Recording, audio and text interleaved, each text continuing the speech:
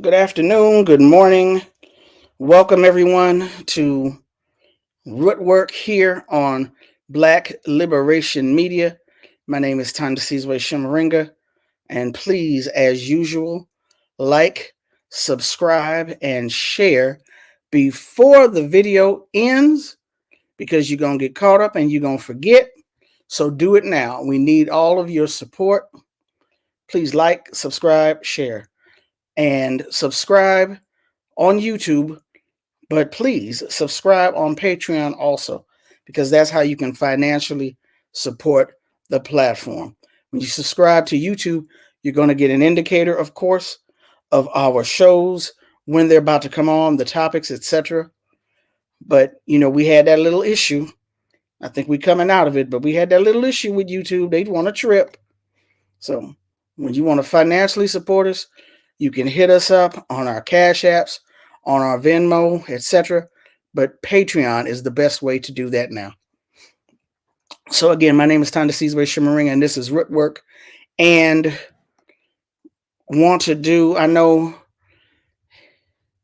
we're not at critical mass yet, but if you missed the beginning, you can always come back and press play. So I want to jump right in by saying that did a show last week,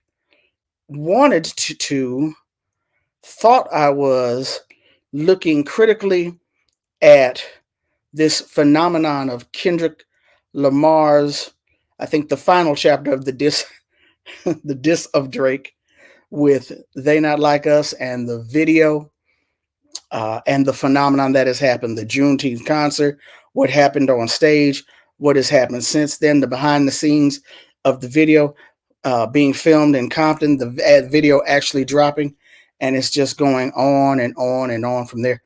But there were some viewers who felt a particular kind of way, basically that not only did the show not go deep enough, not only was it not critical enough, that it actually may have been harmful, specifically to survivors of abuse and violence. And so I was talking this over with Rosa Clemente, and she's like, well, when's your show? I'll come on. I hadn't planned on doing a show with Rosa. I had simply planned on coming on to say that I heard your criticisms, and I've mentioned it to one or two people who I love and trust, and a couple of them were like, well, you can't please everyone. That's not the route that I want to take. The route that I want to take is not so much that I can't please everyone. If I'm actively harming someone, I want to address that. And I understand, and I believe that the people who were critical understood that it was not the intention, but it was the impact. And so, not quite sure how I can make up for that. In terms of, I chose my particular guest for a particular reason. I'm not going to be that critical of my guests, but again, I do want to let folks know that I hear what you're saying in terms of the harmfulness of the rhetoric, the harmfulness of not being critical, not holding people to account, not centering survivors of violence, of intimate partner violence, of domestic violence. But as I said, I mentioned it to Rosa Clemente, our hip hop journalist, our Green Party vice presidential candidate, along with Cynthia McKinney, our, as she calls herself, Black Puerto Rican PhD. And she was like, come on, let's do this. Let's do this. Let's do this. I said, all right, Rosa, come on, let's go on the show. But again, it didn't start out that way. I just wanted to let you all know that I've heard what you said. I've taken it to heart, and I will recommit myself to being more intentional and more careful in terms of the rhetoric and the message I get across. But that's enough of me trying to run my mouth. Let me bring Rosa onto the stage now. And Let's see what Rosa got to say. How you doing today, sister? Hey, sis, thanks for having me. No, thank you for volunteering to come on board and, Always. and chop this up with me. So as you heard me say, it really wasn't my intention to have you as the guest. I'm so happy that you are here, but the intention was for me to try and do like a mea culpa again, to let folks know that I heard what they were saying in terms of some of the rhetoric not being as deep, as nuanced, and as critical in interrogating the harms to Black women, to Black children in this whole Kendrick Drake discussion, this whole Kendrick Drake debate. Because the question that was asked, so many of us are looking at the quote unquote the Black boy joy and the celebration of West Coast hip hop, of LA, of culture, etc., that took place. Was that taking place at the expense of Black women? And did it have to take place at the expense of Black women and children? Well, I mean, what you say is correct. There are so many survivors in our own community. And, I think everybody heals differently. I Mm-hmm. think everyone gets to a space where there's things they're not willing to tolerate or tolerate. And, I have, when we look at hip hop just holistically, Mm-hmm. fortunately, Black women have always been used as some kind of tool in some people's arsenal, for sure. And I think with the celebration, the 50 years in hip hop, that people come into their own space around healing where they're not going to tolerate things, or they're going to have boundaries, or things are going to trigger them. And I totally I understand that. But I also understand, like, in this country alone, the way Black women, Latino women are being treated, the harm that is caused on a daily basis to us as a collective group of people who identify that way, or just in general, just the everyday patriarchy and the misogyny that we all are subjected to. So for me, listening to Kendrick, I asked my daughter, and I was like, okay, I see the things, when calls Drake a pedophile, and what does that mean? When there's been rumors of domestic violence from both of them, what does that mean? But in watching the video, seeing Whitney in it, his partner, and knowing things about her, really good things, you say, is she a woman that would feel is trapped? Well, Mm-hmm. no, she's not. From what everybody says about their relationship. So for me, I think anything we talk about in general, we're gonna have an intersectional identity of us, many of us who've been sexually assaulted, and many of us who face, again, patriarchy and misogyny on a daily. Mm-hmm. Mm-hmm. So you were saying that yes, the discussions that we had offline, you were talking about the generational difference. Whereas young women today are like, we're not having this. We're not, we're not putting up with this madness, which is different from, not to say that women or a generation before them put up with it. I think the question becomes, why it's here. Why is it still here? Why is it still happening? What are we going to do about it? That's ultimately the question.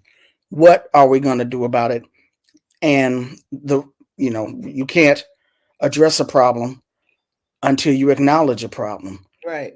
Again, so much was on display and has been on display during this time period. Is it at the expense of Black women? Is the question. And many folks felt undoubtedly yes. That, for example, just the inclusion, just the photograph of Dr. Dre triggers people. Dr. Dre is triggering for people Yeah. because of what happened to D, because of other D Barnes, what has happened to other women, the lack of acknowledgement from Dre around what he did, the lack of taking responsibility of what he did, uh, the the the uses of what he did as punchlines in other uh, rap songs, no accountability whatsoever, but the quote unquote passing of a torch, the still or continued embrace of this man. Yeah, I get it. It's triggering because there are people out here who have made quote unquote contributions to Black folks' lives and struggles, and just seeing their photo is triggering for me. So I get it. Yeah. I get it. What Look, I do you think do about it? yeah, hip hop at this point is not the point that we're going to engage in and find empowerment for women at this point. Right? Like here we are 50 years and the misogyny and patriarchy and transphobic behavior of a lot of men, but also including women who are empowered in the culture just has not changed. And Mm, I think, people have to decide, is this a culture I want to be part of?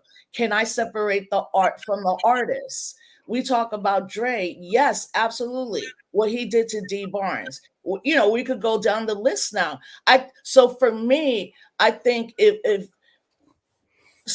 people want to be in the culture, just know that unfortunately the culture still supports men when they do this, right? Like Me Too is the biggest intervention we've had, particularly as Black women, particularly as survivors, I would say since the mid 80s, the post Anita Hill. mm, The new generation coming through is also a Black Lives Matter generation.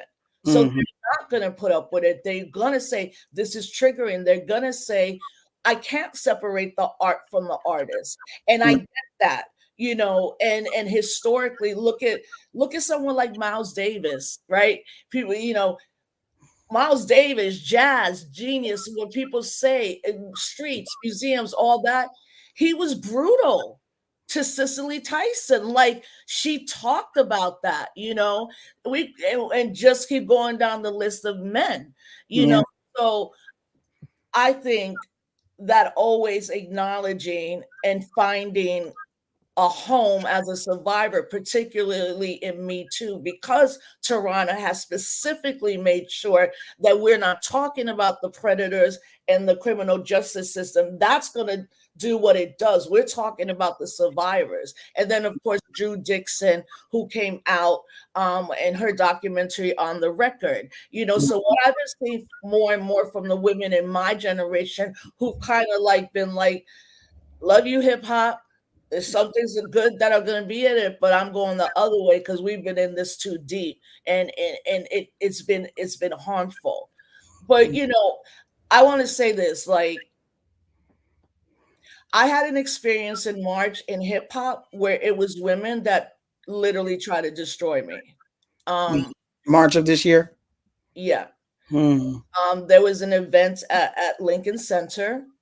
mhm, And first, let me say to survivors and everybody listening that has been sexually assaulted. I'm not comparing what happened to me. I'm trying to give the critique on women, how we're treated, but I'm also very aware now that women in hip hop who have some sort of visibility, celebrity, they can't, you know, they also have been very patriarchal, and mm, they like being one of the few women at that level mm, left when we deal with the politics and the politics, the fifth element of hip hop. So mm, anyway, I was at an event in Lincoln Center. It was put on by the Hip Hop Education Center. Their executive director is Martha Diaz, and I ended up being on a panel. It was kind of late. It was an all day thing, so I ended up being on a panel with Erica Ford, who, if people don't know who she is, please, like the work she has done around gun violence and in just one Queens community is admirable, to say the least. And I've always considered her like a big sis. And then there were two other women. Their names already slipping me because I've been trying to block that out. But it was a sister who was a DJ, then some like random white girl, and then the moderator. You And know, Erica Ford, is this December 12th, Erica Ford? yeah, Erica Ford, that used to be in December 12th, yeah, based in Queens, New York. So, the panel was called the Disruptors, right? So I was like, okay. So we're beginning to get questions and things like that. And then I'm asked a question, and I'm like, listen, until hip hop can admit fully that Africa Bambaataa is a pedophile and might go on trial one time. Mm-hmm. Russell Simmons, Dr. Dre. I mean, like, I went down the list and I said, and Puff Daddy. This was before everything was coming out, right? Mm-hmm. But being engaged in the culture for so long in New York, it's not something that we didn't hear. His propensity for violence in general. So then I'm talking and I start getting booed from the crowd in the audience. So I'm like, all right. So I'm like, I'm not leaving. I want to keep talking. So the next question is asked, right? Mm-hmm. And the DJ, who hopefully I'll remember, but people could Google the event, then interrupts and is like, listen, all I know is like, maybe he did it, maybe he didn't. I don't know. It's not like he paid me $1 million when I DJ'd his parties. And like with a laugh. So I'm like, oh, hell no. I'm like, that's not funny. There's survivors all over here. Like, that's not cute. So Mm-hmm. then I start speaking and she starts making fun of me, like miming and like everything I'm doing. And Mm-hmm. I turn around again. I'm like, listen, I'm not going to stay here and be disrespected. And then someone in the audience said, we're here to talk about hip hop. We're not here to talk about domestic violence. That's a woman's issue. Yeah. And then I was like, all right, I'm out. And honestly, as long as you know me, sis, I don't walk off a stage. Right. But I'm like, oh, hell no. When I addressed it after, because then what happened is certain people still affiliated with Zulu Nation and Africa Bambaataa started doxing me. They're like calling me, DMing me. They're putting out videos and audio saying they're going to sue me for defamation, that Puffy and Bambaataa are the kings of hip. Like, it was insane. So then I'm like, well, let me talk to my girl who brought me here, like my friend. And her response devastated me. Like, for a week. I could not stop crying. I was like angry. I was so upset. I called her. Then there's all these emails going back and forth.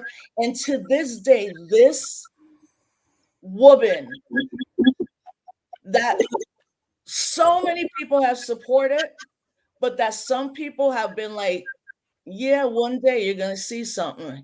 And it was like, okay, all right, here we are. Here we are as women who are the backbone of the culture.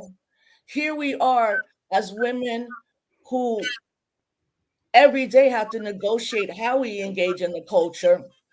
And then, for me, in my personal all feelings. So I think if people, particularly women, are looking for empowerment in hip hop, we're never gonna find it. Well, no, we're definitely not going to find empowerment. But I think, well, let me give a disclaimer. I am not a woman in hip hop. I stopped listening to hip hop. I mean, I don't consider myself a hip hop head. Stopped listening to hip hop years ago because I got tired of being called a bitch and a hoe. Drove me to smooth jazz. I could still hear instrumentals of my favorite songs. That's how far away I went. So it's not the same to me. It's not the same for me, but I hear what people are saying. I don't think it's looking for empowerment in hip hop. It's looking for assistance, holding people accountable, confronting people about what they're doing. That whole attitude of, we're here to discuss hip hop, not domestic violence. Excuse me, the personal is political. Right. If you're talking about a movement that is quote unquote revolutionary, or a movement that comes from and reflects our culture, hello, we got a problem. How do we get to liberation with this baggage around our necks? Do we think we're going to get to liberation with this baggage? Is liberation the goal of simply replacing one oppressor for another oppressor? Another oppressor. Is that why we don't want to talk about hip hop and male violence against women? So these are questions that need to be asked, that need to be raised, excuse me, whether we get to the answer or not. And again, I'm trying to address my part of not being harmful by allowing language or discussions to take place that shirk that confrontation, and that confronting. So Yeah, but I do that's think we my do question. that. I know that we do that. Like, Absolutely, we do that. we do that, and there are people, so many other women that do that on on a daily basis. Mhm. I agree with you. If people felt harmed or triggered, well, now you're doing the follow up, and Mhm. maybe people are already going to hit me and be like, well, I didn't like your answer, or you weren't as hard as I wanted you to be. And I get that too. You know, so for me, look, I've never listened to Drake. So I'm like, I don't know. Like, I don't know, and I understand why a newer generation loves Kendrick Lamar. That Mhm. he's their generation. Mhm. That doesn't mean we don't critique him or analyze him at all. Mhm. Like, right, he did the Juneteenth show, and I was like, well, that's weird, 30 minutes of the same thing, but okay. But then the hordes of men, right? Like, just all dudes. And then you're looking at some of these dudes and you're like, oh, you're the rapper that is violent. You're the rap, like, and I'm wondering if he even gets it. I'm not saying like he shouldn't. I'm just like, does he understand when he brings out Dre what that could mean? But I think him coming from a new generation, and that new generation around him, his peers, I don't really think they know the story. I just don't, because they live in a world where they can skip knowing things. When you talk to a younger generation and you go, are you part of hip hop culture? They're like, what? Because hip hop culture to them is not really, it doesn't exist. You said what? No, but that's what they say. It doesn't exist, and that's the intergenerational thing that we know more of, Tommy. That's what I'm saying. It does for them. Younger people are not just engaging in hip hop culture. Plus, a younger generation of women MCs are out there now of that generation who are completely sexually free, Mhm. right? And also, these same women also talk about how they've been abused in their lives, and that for them they find empowerment in who they are now as these MCs like Ice Spice, and I'm like, who is that? And I got to ask my daughter, and I'm like, okay, there's a lot of women out here. People are going to say, well, they're just sexual and all they do is talk about that. I'm like, yeah, and all men in most hip hop songs, all they do is talk about sex too. Mhm. I think what the younger generation of women in that, I mean, the younger women in that generation, they, I think, are more empowered in us than we were when we were coming up, because we're in a Me Too post world. And they're like, hell no. But they're also like, look, I think what Megan Thee Stallion did maybe also empowered a new generation of women. When Tory Lanez shoots her in the foot, then everybody around her and him were like, don't talk to the cops, don't say anything. And she didn't. And then she went and filed a report, and she took it all the way to trial. Seeing Megan Thee Stallion go through that for younger women, I think was incredibly, incredibly important. You Mhm. know, and I think it was incredibly important that the women in our generation also showed her love in an open letter. Um, Mhm. I don't think we would have had that before. Maybe because of social media, we can address it. Mm-hmm. There's no way that we are not still living in a hyper violent, hyper patriarchal, misogynistic society. And if that's where hip hop wants to stay, there's nothing else that we can do about it except disengage from it. And I'm with you. I am disengaged. I haven't really talked about hip hop this last year. I Mm-hmm. hardly did anything because I'm like, I'm done. Leave that to somebody else. Like, we're done. We're over 50 women who've been dealing with this for 30 years. We're done. We're tired, and we're going that way. Yeah. So it's up to people how they're going to engage the art from the artist. But the fact that you're addressing it now, I think that is accountability. And honestly, as much as people talk about accountability, a lot of people still don't do the right thing, Mm-hmm. which is being self-critical. Oh no, absolutely. Yeah, they absolutely don't do that. Yeah.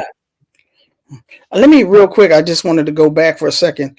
Well, hold on one second. When we were talking about the generation today, and the commenter said that they don't care. You were saying that you really don't believe that they know, and that is a valid point. I admit I'm a little bit more pessimistic. I'm kind of thinking they don't care. No, like, Kind of what. having a 20-year-old Black Puerto Rican woman, my daughter, Mm-hmm. it's not that they don't care. It's that for real, a lot of them are so stuck in a certain algorithm, they don't know. So if we're going to have a conversation about how much disinformation there is in this country, why would we think that 18 to 25, maybe 30, 28-year-olds know the things that we know? They don't know that. They're not engaged in the culture. They're not, it's not that they don't care. And it's that they're misinformed. So if we're going to critique the whole misinformation media landscape, why would we think our young people would escape that? And Yeah. also, like, we have to give young people time. Like, everyone knows, every scientific study says until you're 25, your brain is not fully developed. We got to not just be like, y'all don't care. They care. They care about a lot of important things. Climate catastrophe, they care. Who's moving us forward in that work? Engaging as women and saying, I am not willing to put up with this. That was my mother's generation. We're not doing that. That's empowerment that we never had. So Mm-hmm. I'm always get really like, stop saying young people don't care. Like, come on, y'all. That's not true. Now, when you get a little older, you get the information, you still, then maybe you don't care. But I'm not gonna say that about a younger generation. Also, like, they're seeing all the craziness in this country with Trump. Of course they care. Maybe they're also like, whatever, I just want to work and go to school. Mm-hmm. That's all I'm saying. Like, as someone who came up in the movement and wasn't born into it, it Mm-hmm. took me till at least I was like 28 or 30 to feel like, okay, like, I know a lot. I'm always gonna learn. Mm-hmm. You know, they're not looking for the violent men in hip hop because they're not engaged in it, but they're also seeing finally the Russos and the Puff Daddies getting, those two are not gonna live the rest of their lives happy. Mm-hmm. We all know. Fortunately. And look at Puff Daddy right now fleeing to Germany. Mm-hmm. More sex trafficking accounts will be against him. That they're seeing that, and Mm-hmm. they're responding to it because they don't have the same relationship. They don't have to like hold their tongue or whatever. They're seeing these sexual assaulters Mm-hmm. like still living their lives Mm-hmm. in a weird way, still living their lives Mm-hmm. without one form of accountability, and not, as I think you would agree, and not through the criminal justice system per se. Mm-hmm. I was going to say also, this is the generation that has seen um, R. Kelly go to prison, as well as that documentary that Dream helped Yeah, put together, surviving. Surviving Killing. But in terms of accountability, though, the other thing that I wanted to address, and I think I mentioned it briefly, but that the criticism, part of one of many criticisms of last week's show, is that when it comes to accountability, as an example, we're me sitting up here talking about what does the community need in order for, and when I say community, I'm talking about, like, quote unquote, the black nation, the black community, black people. What do we need in order for these people to be held accountable or to atone?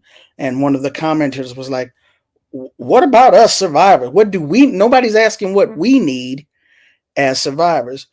Now, I put my email address on the YouTube comments, hoping that they would contact me so we could talk about it today on this show. I never heard back from them. Again, that's me saying I wanted to come here and do a mea culpa and address last week, but you, my sister, graciously agreed to be on here with me. So instead of leading with survivors, I was leading with the overall general, because I think that that's important. I think that we as a people, as a community, whether we engage with hip hop or not, I think that we have the right to say, you know what, that's funky, that's not cool. We need to do better. And that's all that I try to do. That's all I'm trying to do. That's what we're trying to do, and people know your heart and your work. I'm not, it's not so much that I'm taking this personal. I don't want it to seem like that. No, I don't. I know you're not taking personally, Mhm, but mhm. it's also like, what more are you supposed to do? You're doing it right now. See, that's the whole point. Folks like us are going to say, damn, okay, I got to do better. I'm saying, like, what else can you do? It'd be different if you were here now. I mean, like, F it, and they emailed me and didn't want to come on. I mean, the platform is here. You reached out. There's only so much more that you can do. But Mm, also, I do again feel that folks are, they do have somewhere to go now, with again what Tarana has done with Me Too. And if mm, you go to Me Too, they have an entire, almost not just a curriculum, but it includes wellness. It includes how you can find a psychologist, a therapist. The entire work of Me Too is about survivors. So for me, when I went on it, I downloaded things, and there were certain things that I still hadn't dealt with, that just by using the tools and then finding the right therapy that can help me with, like all of us, so many of us have been sexually assaulted. This is decades of work, probably for the rest of my life. But I think you're doing it right now. What else are you supposed to be doing? mm. We're hard on ourselves, and I understand. Well, yeah, okay. Yeah, all right. Yeah, I know what I think I know what what some people wanted to see from me. That's what I think. But at any rate, like you said, I'm here now. I'm attempting to give voice. And the more I think about it, let me just say this, because this is Black Liberation Media, and we're talking about getting it out, right? Let's get it out. I don't think I was as concerned with survivors. I don't think I am concerned. My concern for survivors takes shape in that I don't want there to be perpetrators. Right. My Absolutely. concern with survivors is that motherfuckers need to stop doing this shit. How about that? That's how my concern with survivors shows itself. Yep. My concern with survivors is not necessarily wellness or I'm not sure, healing looks different for different people.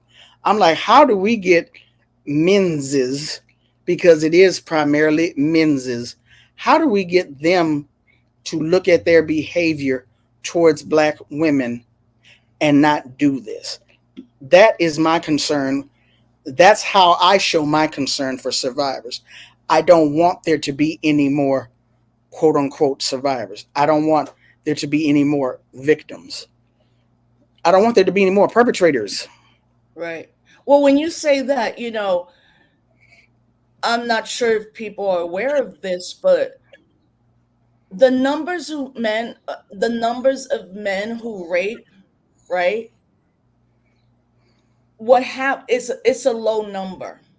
Mm-hmm. So I think the number of men who rape or sexually assault women, violent towards women, they say is about 11% of the men in this country. And people are like, that doesn't That, make sense.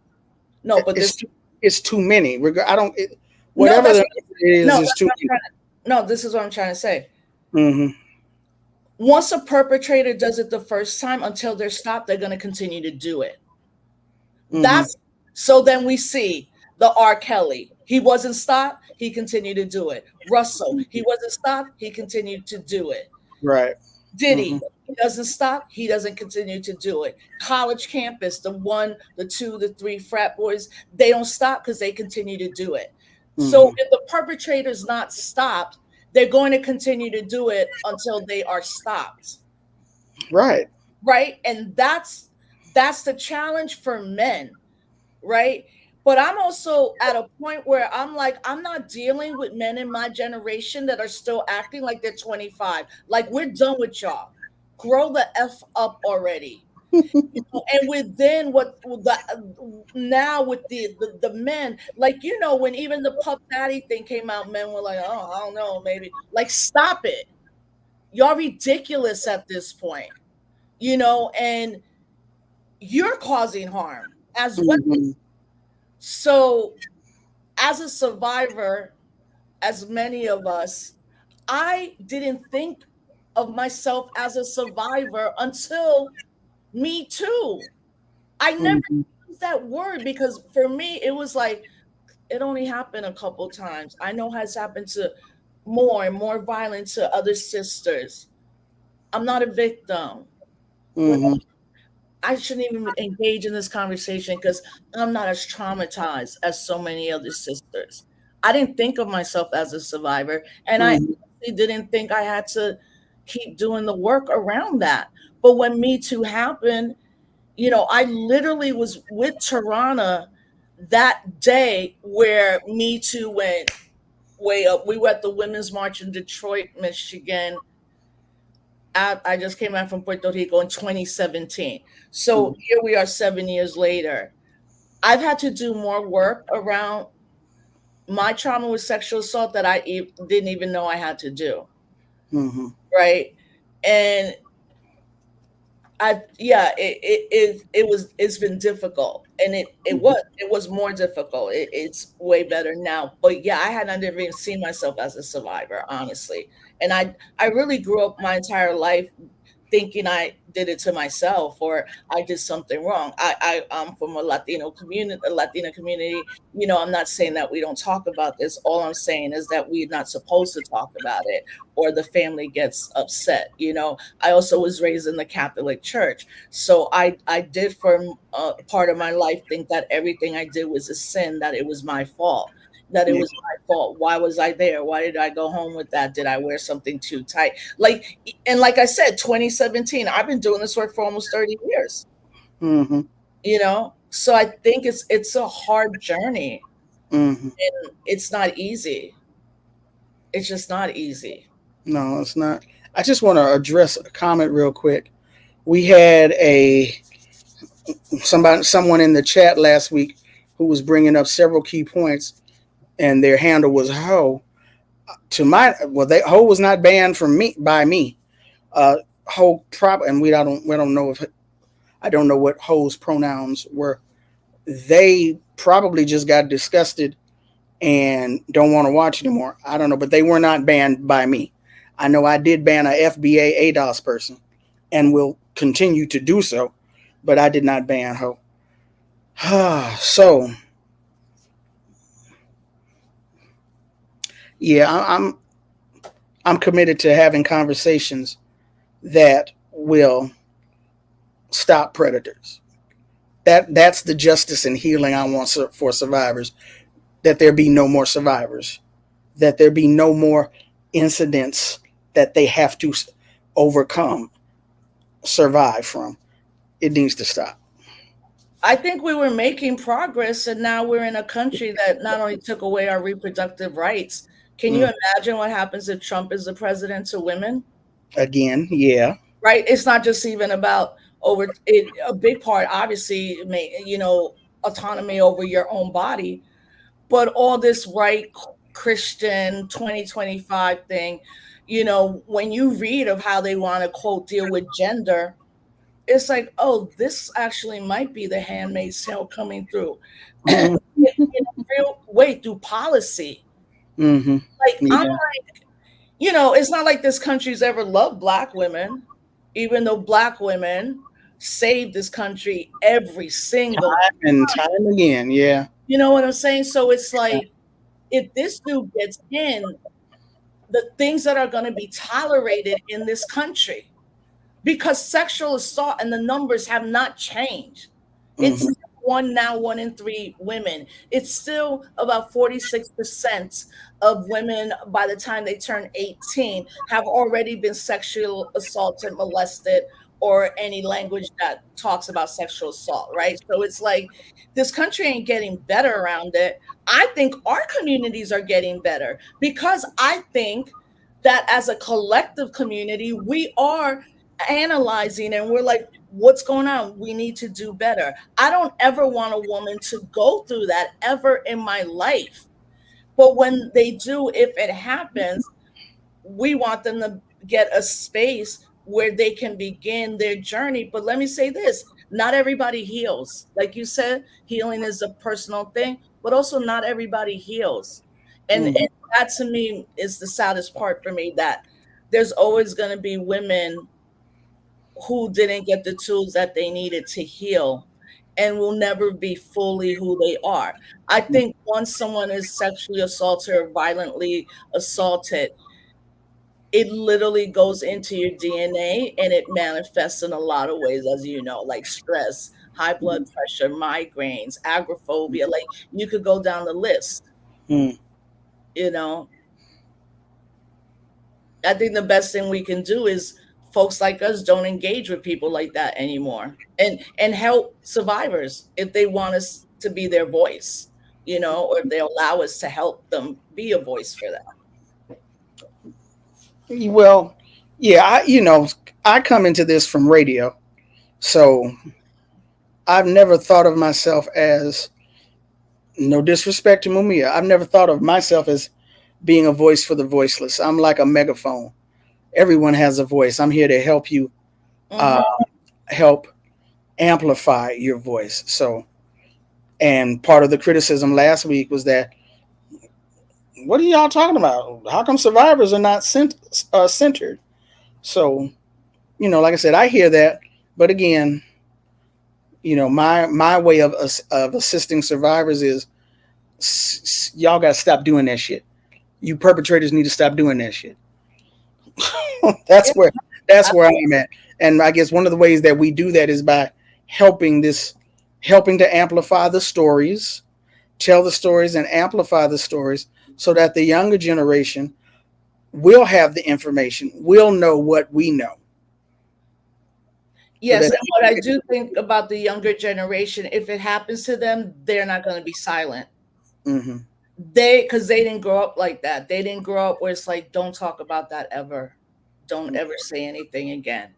when mm-hmm, when that happens to us, and we might tell our parents or the people, and they're just like, it's fine, like, we're gonna help you, don't ever talk about it again. This newer generation is like, so I was at the club and this motherfucker try to feel me up. Here's his name, here's his TikTok. picture. Yeah.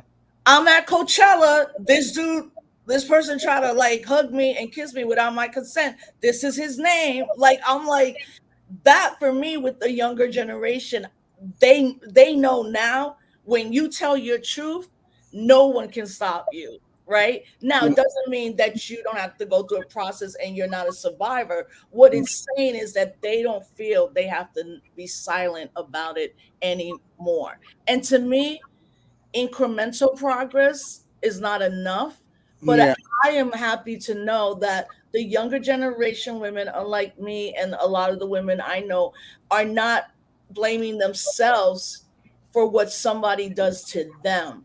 Hmm. They're not going to be silent. They're not going to be shamed. A lot of them also are like, I don't know if I want to involve the criminal justice system. To me, that's a very personal choice. But actually, sometimes it's not a choice, right? Like if a predator gets arrested and the woman there or the trans person is like, I don't. I don't want to go to trial. I'm an abolitionist. They're like, it doesn't matter. The state now does it, right? Yeah. But Yeah. also this younger generation that has political awareness, are aware that they can do that, and not be silenced and not be shamed. Hmm. And I think that's the hard part too, like the abolition piece. Like, this is where I'm contradictory, to be honest. Hmm. I'm happy R. Kelly's behind the walls forever because he's a predator, and I would Hmm. be happy if it Bambaataa and Russell and Dick, because they don't deserve freedom. Hmm. Okay, it's a complete contradiction. I want to be an abolitionist 100%. I don't want to, but f that. They're dangerous people. They need to be away, whatever that looks like, bye. But also, the people around them, where's their accountability, right? Hmm. Because when we look at all these stories, like even in the R. Kelly piece, you then have the people around him, the men being like, yeah, we knew it was happening, but we didn't know what to do. No, because you wanted money. And now you're on a documentary 20 years later crying about it. What about all those people that allow it to happen? How Yeah. grown men knowing a 14-year-old is being raped right next to you and you do nothing? To me, you're just the same. Oh, you're just as slimy. Absolutely. Right. And Absolutely. Just as that slimy. enrages me the most. Nobody gets away with this for so long without people letting it go this way. Exactly. It's disgusting. People close to the perpetrator a lot providing cover. Absolutely. And When look, I, Thandi, too, let me before we go, look at it gets passed down in this way, right? Now Puffy's sons, things are coming out about them, hmm. right? That two of his sons were doing the same thing without him being around Hmm. because they were taught that by their own dad. Hmm. Their own dad took them into rooms and would like watch this, Hmm. right? So now here are your sons in their mid-20s whose lives may you have ruined, because it's not that I'm like they didn't do it. What I'm saying is who taught them that they could also get away. That to me is even more atrocious. Like, you Hmm. taught your sons, you basically groomed your own sons to be part of your network of destroying Predators. Yeah. women, assaulting them, being violent, threatening them, threatening their families. That's a damn shame. But your sons may be going down too, and look at what you did to these Hmm. young men. Hmm. I was shaking my head earlier because, well, I can't tell you that you're not being contradictory. Again, I try to think of it in terms of, as a community, how do we see this? What are we doing? What are we going to do about it? And I went through a situation earlier this year where I had to get a restraining order on someone. So and I agonized over it. Mm-hmm. Went to bed one night and woke up the next morning. Oh hell, motherfucking yeah! Get this motherfucker up out of here. I'm doing a lot of cussing. Anyway, the point being is, it brought more clarity for me. My issue is mass incarceration.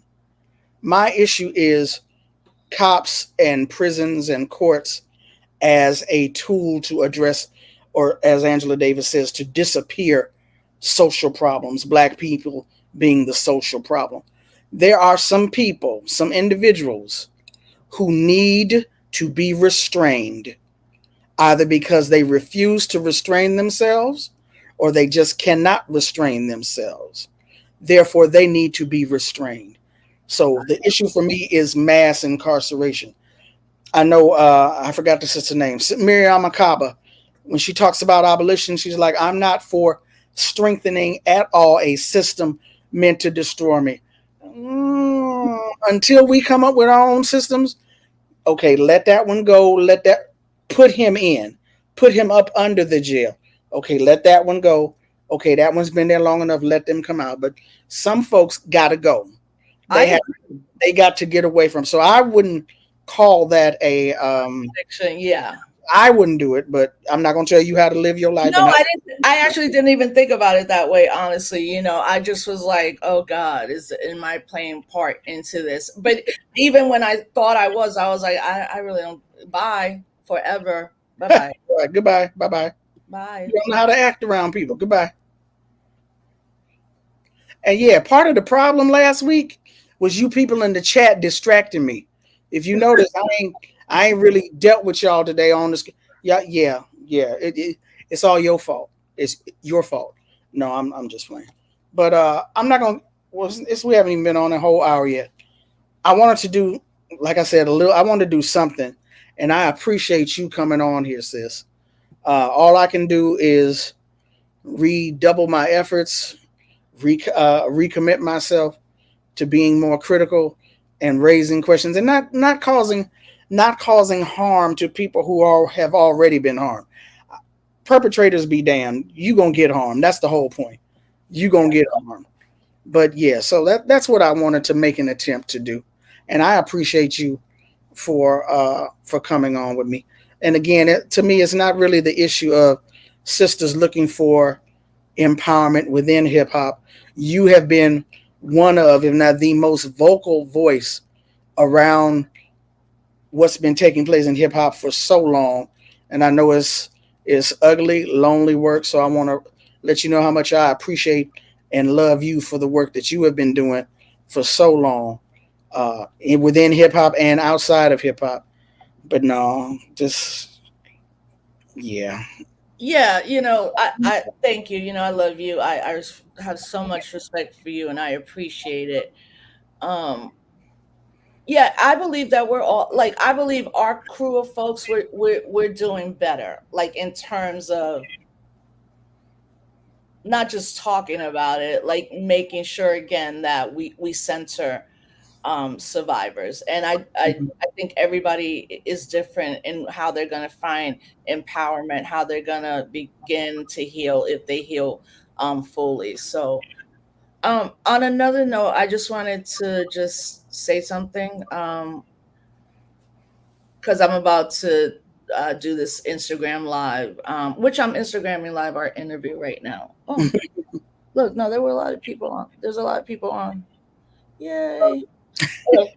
Everybody, make sure you subscribe to Root Work right now. So today is 16 years since me and Cynthia McKinney got the nomination in Chicago. So it's Mm-hmm. our anniversary. So in about an Green Party nomination for Green Party president, vice president nomination of the U.S. of Uh-huh. the United States, yeah, in Chicago, Illinois. So in about an hour, I'm gonna stream my acceptance speech when I got the nomination, because all the stuff happening with electoral politics and kind of the madness and the shaming that's happening to people who may not want to vote, and they're making that choice to people who are going to vote in a way, and people who are going to vote third parties. And one of my platforms was really ending violence against Black and Latino women, right, 16 years ago.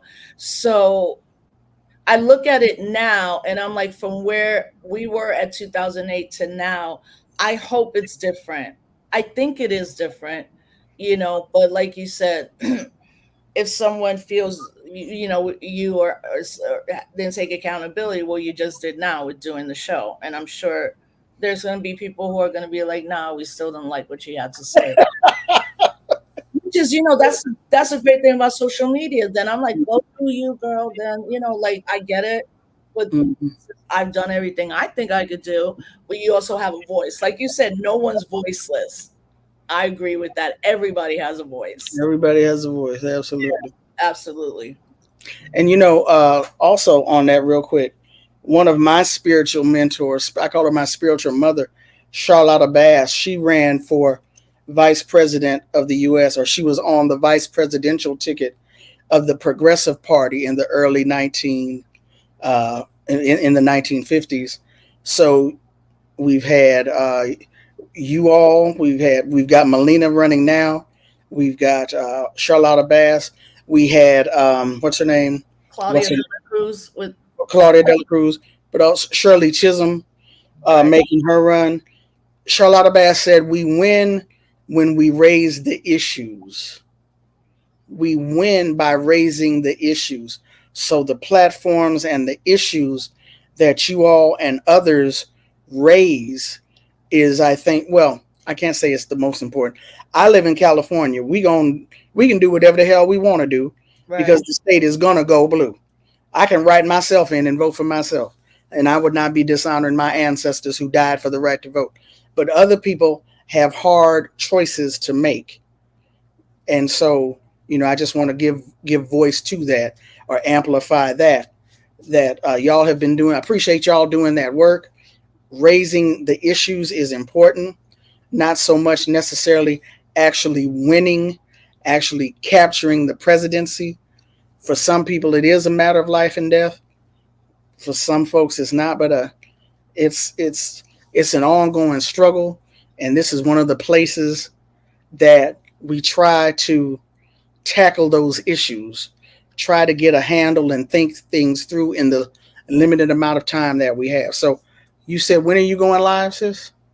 Probably in an hour or so. Mhm. I'll just be streaming that. And I'm happy. I've told both. I had, I knew Melina had confided in me, and she asked me, and I said, "Go." And she's like, "Really?" I'm like, "Yes, that's how it happened for me."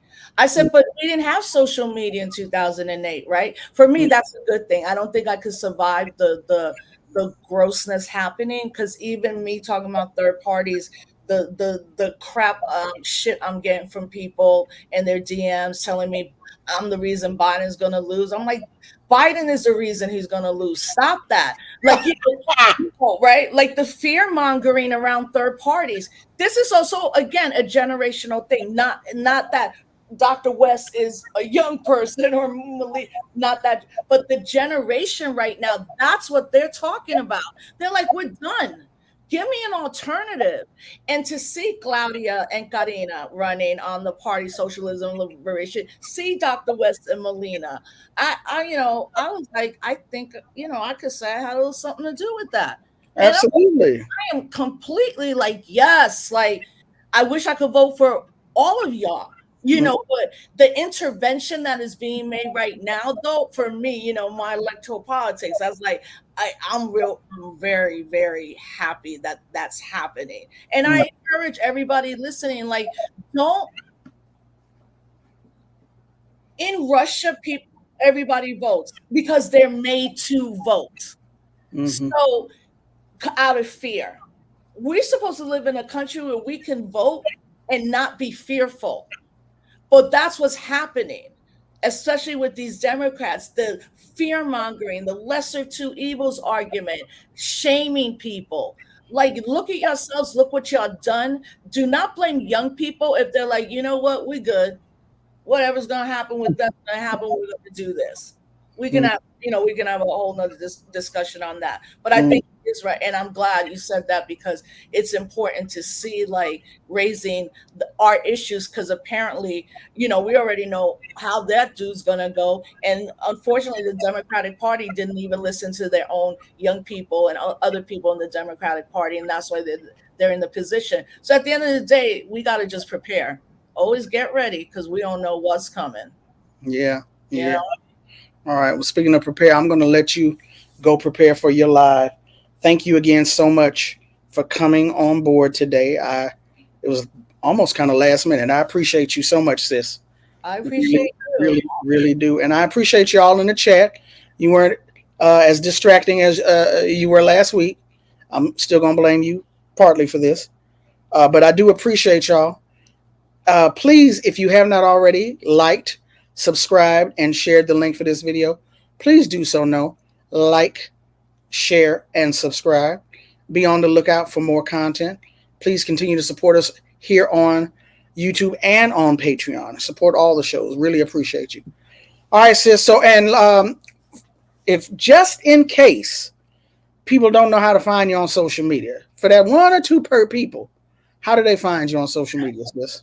Yeah, Bess's Instagram is Black Puerto Rican PhD. Then on Facebook is Rosa Clemente. And then, I don't have a problem giving out my email because it's public. It's Clemente Rosa at Gmail. But definitely on Instagram, drop me some DMs for the folks that are watching on your end and that gave comments. But again, I hope that everybody continues to support your work. And thank you for always supporting me and having my back. I love you too. Okay. And then, we don't mind giving out already public information because we know how to block. We know how to block and ban, so it's all good when people Exactly. Trigger finger. Finger. Okay. All right, sis. Thank you. All right, sis. I'll holler at you later. Thank you again. Okay, for sure. Peace. Okay, peace. And again, to you all in the chat, or if you're not in the chat, you just watching, thank you for hanging with me. Thank you for letting me invade your time and try and work this out in my own mind to put forth to you all where I was coming from, where I may have fallen short of. Allow me to recommit myself again. And I'm going to stress this again. Like, share, subscribe. Subscribe to Root Work on YouTube by itself. Subscribe to the Black Liberation Media platform. Like the video, share the video. It ain't like I'm asking y'all for money. I mean, that is my Cash App right there at Root Worker, ROOTWRKR. But it ain't like I'm asking y'all to hook a sister up with dollars. It ain't gonna cost you nothing to share the link. Share the link, like, subscribe, share. Then after you do all of that, if you want to drop some coins on a sister, don't worry, I'll take it. I'm not going to turn it away. I will take it. It's all good. All right, y'all. Even though Mr. Arthritis is not knocking on the door, I'm not going to be up here and run my mouth for 3 hours. I'm going to get out of here. Y'all take care. All right. Stay safe. Peace.